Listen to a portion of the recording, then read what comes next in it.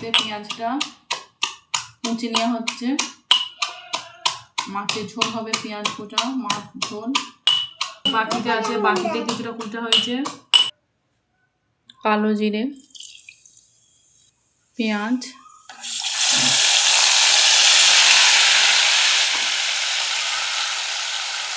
এই কড়াইতে মাছ ভেজেছিলাম, ওই মাছের তেলেতেই হয়ে যাচ্ছে রান্না। অল্প একটু আদা বাটা,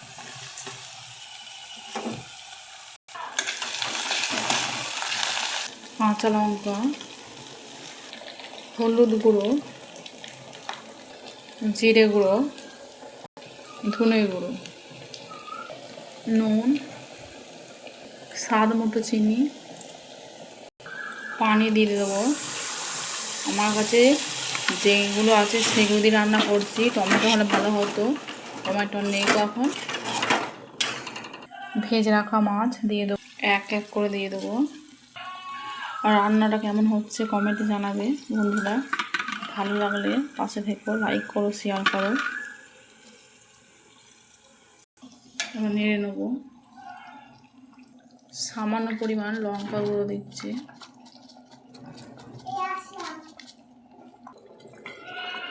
পেঁয়াজ কুচা মাছের ঝোল রেডি। এটা 4 জনের রান্না, আমরা 4 জন খাবো। কেমন হয়েছে বলো বন্ধুরা। Bye bye.